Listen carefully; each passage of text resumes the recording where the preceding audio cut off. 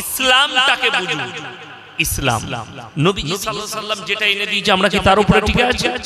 সেটাই কি ইসলাম?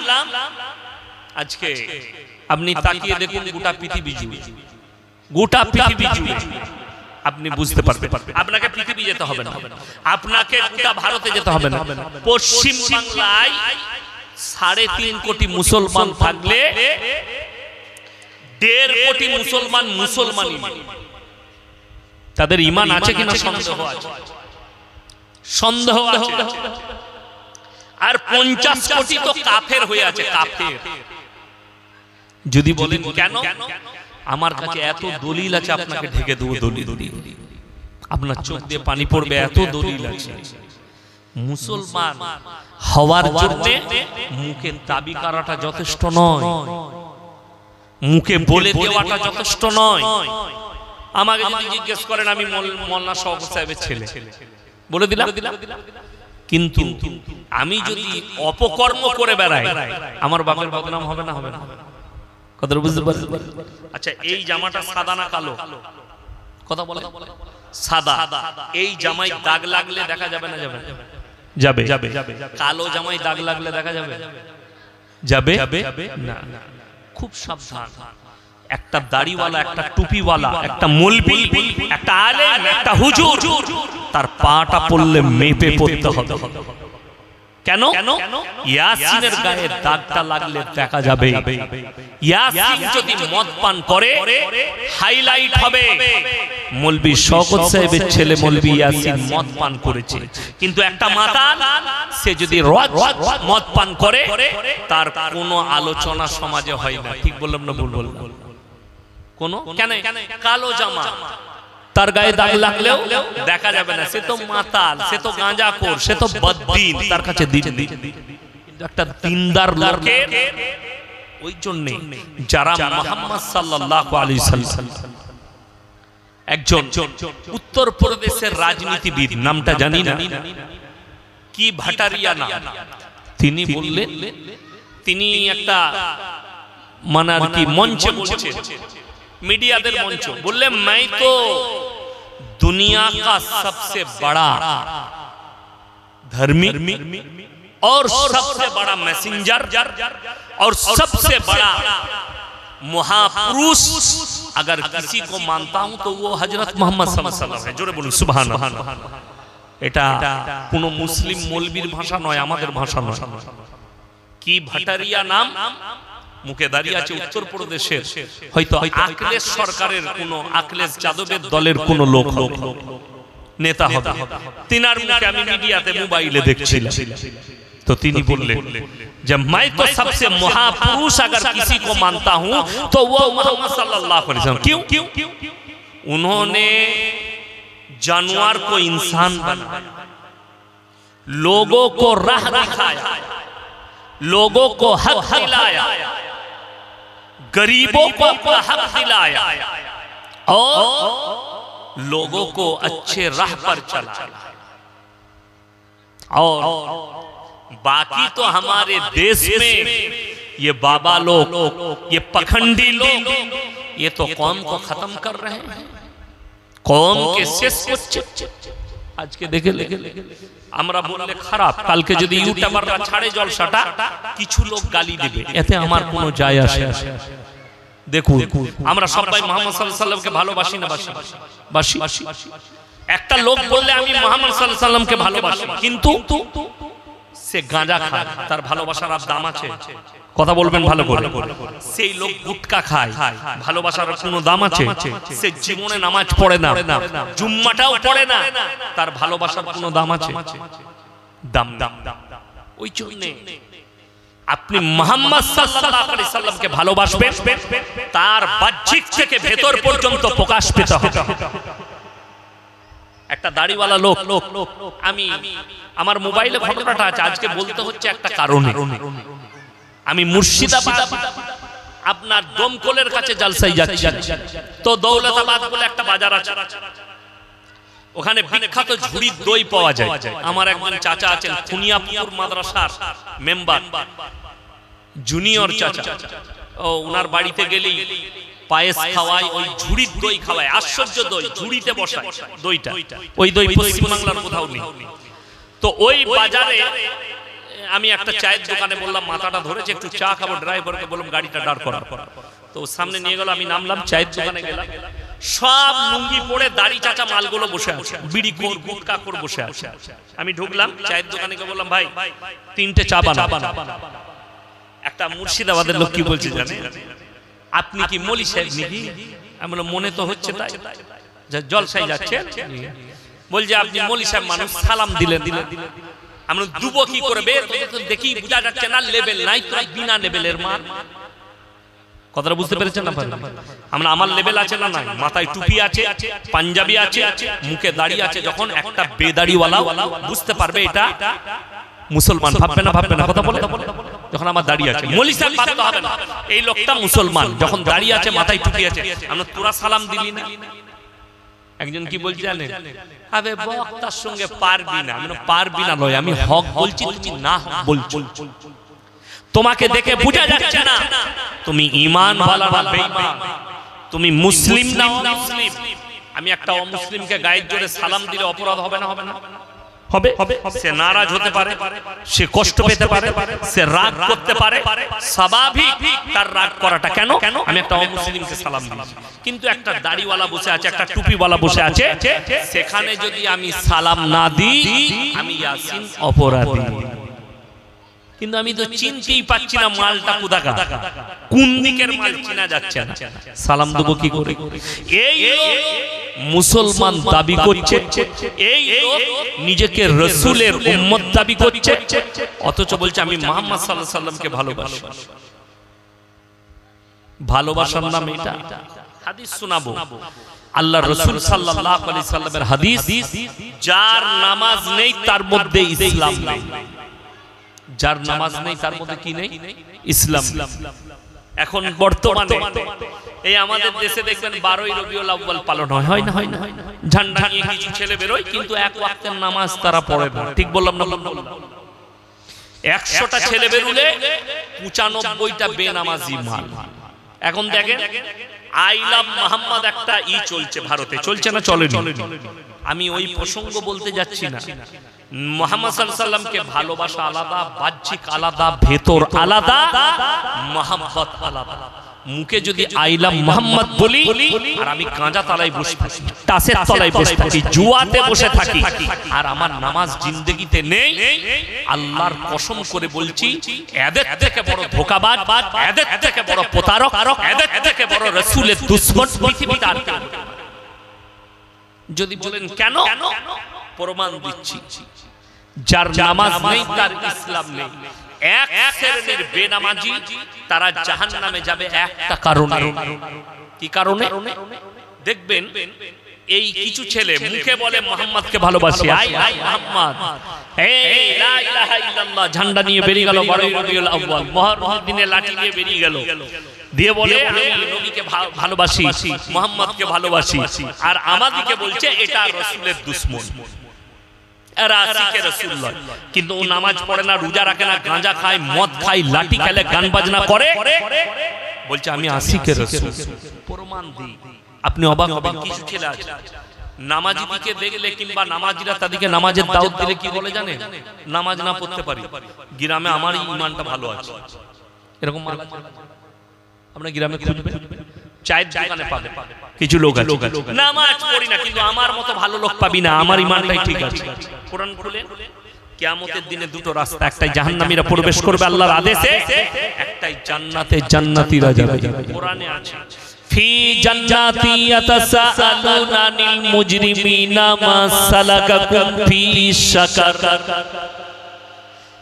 জান্নাতীরা জাহান্নামী দিওকে দাঁড় করাবে, হে জাহান্নামী ভাইয়েরা দাঁড়িয়ে যাও, তোমরা বলতে আমরা ভদ্রলোক, আমাদের ঈমানটা ঠিক আছে, আজকে কেন জাহান্নামে যাচ্ছ? তারা এক নম্বর উত্তর দেবে, আমার ভাইয়েরা, আমার মায়েরা, বোনেরা, তারা এক নম্বর উত্তর যেটা দেবে আপনার চোখ দিয়ে পানি আসবে, তারা বলবে ক্বালু নাকু মিনাল মুসাল্লিন, আমরা নামাজি মুসল্লি ছিলাম না, আল্লাহ আমাদেরকে জাহান্নামের রাস্তা দেখিয়েছে। এক নম্বরই তারা বলবে আমরা নামাজি ছিলাম না। এখান থেকে কি বুঝতে পারলেন? কেউ যদি জিদ করে, কেউ যদি জেনে শুনে নামাজ কাজা করে আর নিজেকে ইমানদার ভাবে, মুখেতে মুহাম্মদকে ভালোবাসি বললে, আইলাম মুহাম্মদ বলে সে যদি জিন্দেগি ভর নামাজ না পড়ে আর সে যদি জান্নাতের আশা করে, এই ব্যক্তি জাহান্নামে যাবে। আর সেদিনে দুঃখ প্রকাশ করে বলবে, আমি তো মুসলমান দাবি করেছিলাম কিন্তু আমি নামাজি ছিলাম না। ক্বালু নাবনাকু মিনাল মুসাল্লিন, আমি নামাজি মুসল্লি ছিলাম না, আল্লাহ জাহান্নামে পাঠিয়েছে। সবাই নামাজ পড়বো, হাত তুলে বলুন তো ইনশাআল্লাহ। নামাজ এক ওয়াক্তের কেউ ছাড়বে না, রাস্তা ঘাটে যেখানে পারবে নামাজ পড়বে। জীবনে মুহাম্মদ সাল্লাল্লাহু আলাইহি ওয়াসাল্লাম পৃথিবীতে আপনারা বলবেন আলেম উলামা ছাড়া দুনিয়াতে আল্লাহ সর্বপ্রথম কি সৃষ্টি করেছে? কথা বলেন। কলম, আল্লামা বিল কলম। এই যে কলম সৃষ্টি করেছেন, আল্লাহ নবীর কাছে প্রথম আয়াত যেটা এসেছে সেটাও শিক্ষার উপরে, ইকরা বিসমি রাব্বিকাল লাযী খালাক। আজকে না মুসলমানের কাছে দ্বীন আছে না দ্বীনি শিক্ষা আছে। ওই জন্য তো আমি মনে করেছি কি শুধুমাত্র নামাজ, রোজা, দিনদারি, কালমা, হজ, যাকাত এটা ইসলাম। ভুল। পরিপূর্ণ একটা জীবন ব্যবস্থার নাম হচ্ছে ইসলাম। পরিপূর্ণ জীবন ব্যবস্থা আপনার পা থেকে মাথা পর্যন্ত, উঠা বসা, চলা ফিরা, মিলামিশা সবটাই। শুধু এই মৌলবীরা বায়ান করছে এরাই জান্নাতে যাবে, এরাই নেকি পাবে। একজন মাদ্রাসায় পড়াচ্ছে সেই নেকি পাবে, একজন আপনার মসজিদে ইমামতি করছে এই জান্নাতে যাবে, এরকম বিষয় ইসলামে নেই। আপনি নামাজি, মুসল্লি, দিনদার, সেবা করছেন। আমার পাশে বসে আছে, দেখতে পাচ্ছেন, আমার অন্তরের বন্ধু, আমার সাথে এসে আজকে আমি নিয়ে এলাম নার্সিংহোম থেকে চাপি বর্ধমানে। আশা নার্সিংহোমের মালিক একদম নবাবহাটের কাছে আছে, বড় নার্সিং, বড় বড় ডাক্তাররা আসে। আমি ইনার নার্সিংহোমে গিয়ে বসি। আমি মাঝে মাঝে বলি নাসির ভাই দিকে, ইনার নাম নাসির ভাই, আরো আছে জয়নাল ভাই আছে, খতিব ভাই আছে। আমি ইনাকে বলি এই যে নার্সিংহোমে মানুষের সেবা করা, এটাও একটা বহুত বড় নেকির কাজ, বহুত বড়। আমি তো অনেক রোগী পাঠাই, গরিব মানুষ, ভাই এটা একটু কম করে বলে, হুজুর আপনি যা বলবেন সেটা নেব, আমাদের লস, এই টাকাটাই নিয়ে নিচ্ছি, আপনি করে দেন। গরিব মানুষ, এই যে সেবাটা, এটাও নেকির কাজ। সেবা দুনিয়াতে জীবনে মরে যাওয়ার পরে যে মানুষ তিনটে জিনিস রেখে যেতে পারবে, কিয়ামতের সকাল পর্যন্ত তার কবরে নেকি পৌঁছাবে। জোরে বলুন সুবহানাল্লাহ। কটা বললাম বাবা? তিন। নাম্বার 1, নেক সন্তান যদি কেউ দুনিয়াতে রেখে যেতে পারে। কি সন্তান বললাম? নেক সন্তান। আমি মরে যাওয়ার পরে আমার ছেলে আমার জন্য দান খায়রাত করবে, দোয়া করবে, আমার কবর জিয়ারত করবে। আমার বন্ধুগণ, আমার ভাই, এই সন্তান আপনি মরে যাওয়ার পরে সন্তানকে এমন তৈরি করেছেন যেন আপনার জানাজার নামাজটা পড়াতে পারে। আজকে দুঃখ কোথায় জানেন? বাপ মারা গেছে, বেটার ক্ষমতা নাই, বাপের কবর জিয়ারত করি। মসজিদের দরজায় সকালে ফজরের পরে দাঁড়িয়ে আছে যে হুজুরকে নিয়ে যাব, আমার বাপের কবরটা জিয়ারত করবে। ঠিক বললাম না? বললাম। এর থেকে দুঃখ কি আছে? সেই বাপের জন্য দুর্ভাগ্য যে তার সন্তানকে সে মানুষ করতে পারেনি, যে বাপের কবরটা জিয়ারত করতে পারে। আমার বন্ধুগণ, আমার ভাই, খুব ভালো করে বুঝবেন, আপনার চোখ দিয়ে পানি আসবে যে আপনি একটা সন্তানকে মানুষ করলেন, সন্তান জীবনে মসজিদে প্রবেশ করে, সন্তান জীবনে দিনের উপরে প্রতিষ্ঠিত হয় না, তার কাছে দুনিয়া আছে না দিন আছে। দিন তো আমরা খালি মনে করেছি কোরআন হাদিসের আমল, নামাজ, রোজা, না, সেবা করা, মানুষ পরিষেবা দেওয়া। নবীজি সাল্লাল্লাহু আলাইহি ওয়াসাল্লাম এই যে নার্সিংহোম যারা চালাচ্ছেন, ডাক্তার যারা আছেন, তাদের সেবাটা কত সুন্দর বলে নাসির ভাই নার্সিংহোম চালাচ্ছে, আশা নার্সিংহোম বর্ধমান টাউন। বিহার থেকে রুগী আসে, ঝাড়খণ্ড থেকে আসে, মুর্শিদাবাদ থেকে আমাকে কেউ ফোন করলে আমি বলি ওখানে চলে যাও, হুগলি থেকে ফোন করলে ওখানে চলে যান। আমি বলি কেন? সেবাটা বলে দিই কেমন। রাসূল আকরাম সাল্লাল্লাহু আলাইহি সাল্লামের হাদিস, তোমার যুরতুমুল মাকাবির কাল্লা সাউফা তা'লামুনা সুম্মা কাল্লা সাউফা তা'লামুন কাল্লা লাউ তা'লামুনা ইলমাল ইয়াকিন লাতারাউনাল জাহিম সুম্মা লাতারাউনাহা আইনাল ইয়াকিন সুম্মা লাতুসআলুন্না ইয়াওমাইদিন আনিন নাঈম ইলা আখিরিল আয়াত। খায়রুকুম মান তাআল্লামাল কুরআনা আল্লামাহু কামা ক্বালা আলাইহিস সালাতু ওয়াত তাসলিম। মাননীয় শ্রদ্ধেয় উলামায়ে ইকরাম, হুফাজে ইকরাম এবং আমার জ্ঞানী গুণী মানি সম্মানী মাননীয় শ্রোতা মণ্ডলী, পর্দার অন্তরালে পর্দা নসিব মায়েরা এবং বোনেরা, আল্লাহর বড় দয়া কৃপা ভালোবাসা আমাদের প্রতি, গোটা বিশ্বের প্রতি। সবাই আল্লাহ শুকর আদায় করে হৃদয় থেকে বলি আলহামদুলিল্লাহ। তারপরে পরে বিশ্ব নবী জনাবে মুহাম্মদুর রাসূলুল্লাহ, সকলে বলুন সাল্লাল্লাহু আলাইহি ওয়াসাল্লাম। তিনার প্রতি শত কোটি দরুদ বর্ষিত হোক, বলুন আমিন সুম্মা আমিন। সবাই একবার দরুদে ইব্রাহিম পাঠ করি। আল্লাহুম্মা সাল্লি আলা মুহাম্মাদিন ওয়া আলা আলি মুহাম্মাদ কামা সাল্লাইতা আলা ইব্রাহিম ওয়া আলা আলি ইব্রাহিম ইন্নাকা হামিদুম মাজিদ। আল্লাহুম্মা বারিক আলা মুহাম্মাদিন ওয়া আলা আলি মুহাম্মাদ কামা বারাকতা আলা ইব্রাহিম ওয়া আলা আলি ইব্রাহিম ইন্নাকা হামিদুম মাজিদ। গুডি কয়েক কথা আলোচনা করব। আল্লাহ আমাদের সকলকে আমলের তৌফিক দান করুক, বলুন আল্লাহুম্মা আমিন। এক নম্বরেই দরুদ থেকে আলোচনা শুরু করব। আমার আগে বিদ্যপ্ত আলেমের যোগ্যতম বাপের যোগ্যতম সন্তান বয়ান করছিলেন মাওলানা বদরুদ্দিন সাহেব দামাত বারকাতুহুম। আল্লাহ ওনার হায়াতে বরকত দেন, বলুন আমিন। আমি কামরা থেকে শুনতে পাচ্ছিলাম উনি দরুদ পাঠ করলেন, তো আপনাদের সবারই আওয়াজ আমি মোটামুটি শুনতে পাচ্ছিলাম। কি শুনতে বুঝতে পারেন? আল্লাহুম্মা সাল্লি আলা, আমি আওয়াজটা শুনতে পাচ্ছিলাম। এখন হুগলি, হাওড়া, দুই মেদিনীপুর আর 24 পরগনার লোকের একটা মহৎ গুণ আছে। এই জলসা হয়, জলসার জন্য এই দরুদটা মুখস্থ করে রেখেছে যাতে হুজুর বুঝতে না পারে কোন মালটা নামাজি কোনটা বেনামাজি। ঠিক বললাম? ওই জন্য মুখস্থ রেখেছে। হুজুর খালি ধরি দিয়া লাইনটা, হুজুর আল্লাহুম্মা বললে বাকিটা ওরাই পড়ে নেবে, হুজুর এরপর দুধ খাক না, অসুবিধা নেই। কিন্তু আমি যে দরুদটা পাঠ করলাম, এই দরুদটা পড়া কি গুনাহ? কথা বলেন, এই দরুদ কোথায় পড়া যায়? কখন? নামাজ।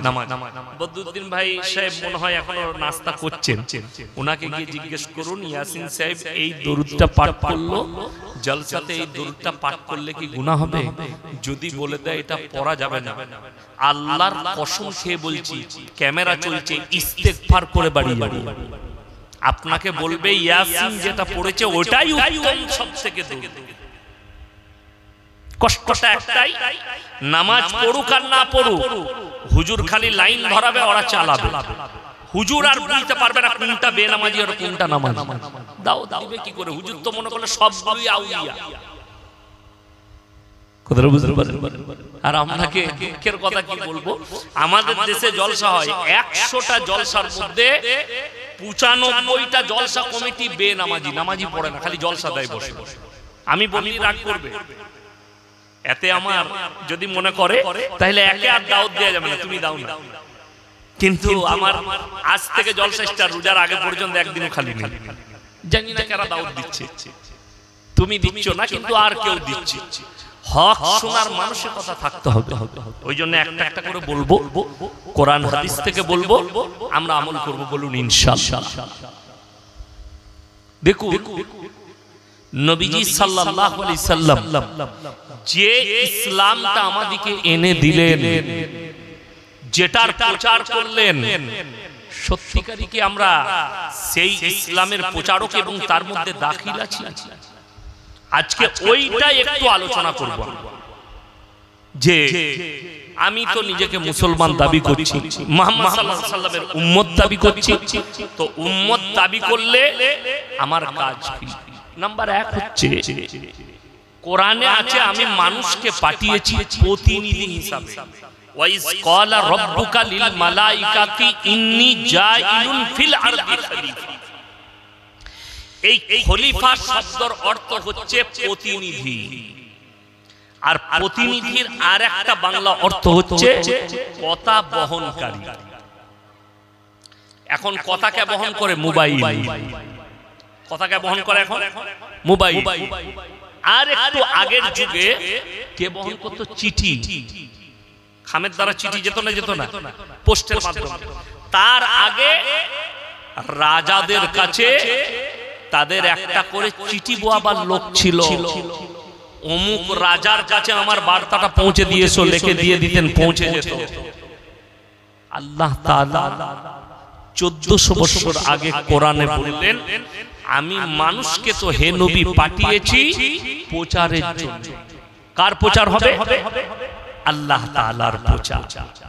আর যতগুলো নবী পয়গম্বর আল্লাহ পৃথিবীতে পাঠিয়েছেন, যতগুলো নবী পয়গম্বর দুনিয়াতে পাঠিয়েছেন, রাসূল পাঠিয়েছেন, সকলের একটা প্রথম তাবলীগ হচ্ছে এক আল্লাহর প্রতি বিশ্বাস, অনেকগুলো আল্লাহর প্রতি নয়। এটা ছিল প্রত্যেকটা নবীর তাবলীগ। এখন ইসলাম, অনেক মুসলমান শিক্ষিত লোক, অনেক অমুসলিম ভাই মনে করে ইসলামের বয়স হচ্ছে 1400 বছর। ভুল, রং। ইসলাম পরিপূর্ণ হয়েছে রাসূল আকরাম সাল্লাল্লাহু আলাইহি ওয়াসাল্লামের কাছে, আখির নবীর কাছে এসে আল্লাহ ইসলামকে পরিপূর্ণ করলেন। ইন্নাল্লাহা ইনদাহু আলাল ইসলাম এবং ওয়া খাতাবান নবিয়্যিন। এটাই আমার শেষ মেসেঞ্জার হযরত মুহাম্মদ মুস্তাফা সাল্লাল্লাহু আলাইহি সাল্লাম। এবং ইসলামকে পরিপূর্ণ করা হয়েছে আল্লাহর কাছে মনোনীত ধর্ম একটাই, সেটা হচ্ছে ইসলাম। শুরু হয়েছে কবে থেকে? যেদিন থেকে আল্লাহ মানুষ সৃষ্টি করেছে। কবে থেকে বললাম? মানুষ যেদিন থেকে সৃষ্টি করেছে। পৃথিবীর প্রথম মানবের নাম হচ্ছে হযরত আদম আলাইহিস সালাতু ওয়াস সালাম। তিনি নবী ছিলেন না ছিলেন? কথা বলো। নবী ছিলেন। তাহলে তিনি যদি নবী ছিলেন, তিনি মুসলিম ছিলেন না অমুসলিম ছিলেন? তিনি বৌদ্ধ ছিলেন না খ্রিস্টান ছিলেন না ইহুদি ছিলেন? তিনি ছিলেন মুসলমান। আল্লাহ মুসলমান করে পাঠিয়েছেন। যুগে যুগে নবী এসেছেন, কিন্তু তাদের দাওয়াত কিন্তু কোরআনকে রিসার্চ করলে আর রাসূল সাল্লাল্লাহু আলাইহি সাল্লামের হাদিসকে রিসার্চ করলে একটাই কথা পাওয়া যায়, সকলের দাওয়াত কিন্তু আল্লাহর পথটাই ছিল। কার পথটা বললাম? আল্লাহর পথ। তোমরা আল্লাহর পথ বেছে নাও, বাকি কারো পথ বাজবে। আপনি ইতিহাস ঘাটুন, কোরআনে আছে নূহ পাড়ার প্রথমে শুআইব বলে একজন নবীকে আল্লাহ পাঠিয়েছিলেন। কি নবী বললাম? হযরত শুআইব নবী। তার কওমকে যখন সে দাওয়াত দিতে লাগলো, আল্লাহ নবুয়ত দিলেন, তোমরা এক আল্লাহর প্রতি বিশ্বাস করো। তোমরা যে মডেলগুলো বানিয়েছো, পাথরের, গাছের, ঢিপির যে মডেলগুলো বানিয়েছো, তোমাদের বাপ দাদাদের যে মূর্তিগুলো বানিয়ে তাদের কাছে তোমরা ভালো মন্দ চাইছো, এটা পথ নয়। পথ হচ্ছে একমাত্র আল্লাহ। আর আল্লাহ আমাকে তোমাদের কাছে নবী করে পাঠিয়েছেন। এই দাওয়াত যখন শোয়েব নবী দিতে লাগলেন, পাড়ায় পাড়ায় গ্রামে গিয়ে তার কওমের যাদের স্বার্থে আঘাত লেগেছে, যারা ওই ব্যবসা করে খায়, যাদের ওইভাবে যাদের পেট চলতো, যাদের ওইভাবে, যেমন কোরআনে ঘটনা আছে, নমরুদের নাম শুনেছেন না শুনেছেন? নমরুদের একটা মারাত্মক কাজ ছিল।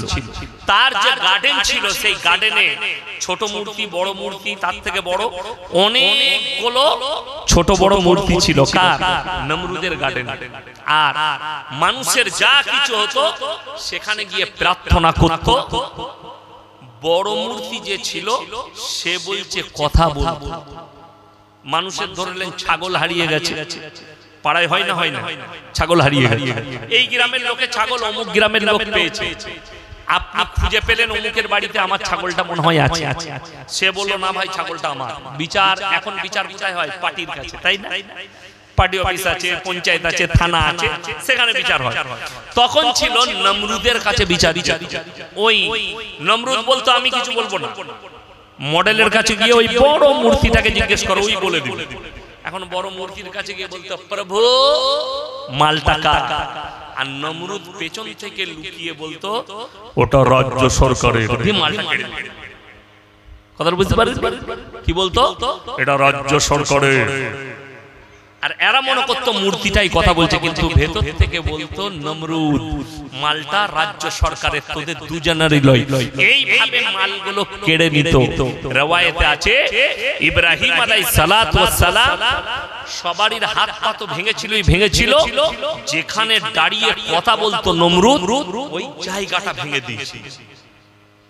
এরপর যখন নমরুদের মাথা খারাপ হলো, নিয়ে এসো, সেই ছেলেটাই বলেছিল না ইব্রাহিম যে ঘুরে এসে মজা দেখবে, তাকে অ্যারেস্ট করে নিয়ে এসো। নিয়ে আসা হলো। ইব্রাহিম বললে রাজা আপনি আমাকে অ্যারেস্ট করেছেন, এই তো বড় যে পর্ব আছে ও তো কথা বলতে পারে, আপনি দেখতে পাননি এদের কাজু কিশমিশ পেস্তা বাদাম নিয়ে মারামারি হয়েছে, ও সবাইকে মেরে দিয়ে কুলটা কাঁধে করে দাঁড়িয়ে আছে। নমরুদ ফেরে পড়ে গেছে। কেন? পেছনে যেখানে লুকিয়ে কথা বলতো ওই জায়গাটাই নাই, ভেঙে উড়িয়ে দিয়েছে ইব্রাহিম নবী। দাঁড়িয়ে বলবে কোথায়? প্রকাশ পেয়ে গেল, সে বললে ও তো কথা বলে না, ওর পেছন থেকে আমি বলতাম, সব লোক জেলে গেল, মালটা চিটিং। আমাদের যত মাল নিয়েছে চিটিংবাজি করেছে। ইব্রাহিম নবী এই কীর্তিতে তেনার আব্বা জানো সাপোর্ট করেননি, তেনার নিজের বাপ সাপোর্ট করেনি। না, তুমি আমাদের দেবদেবীদের তৌহিন করছো, ছোট ইব্রাহিম নবী বিচার বসেছে। ইব্রাহিম নবী নিজের আব্বা জানকে দাওয়াত দিয়েছে, কি বলে? ইজ ক্বালা লি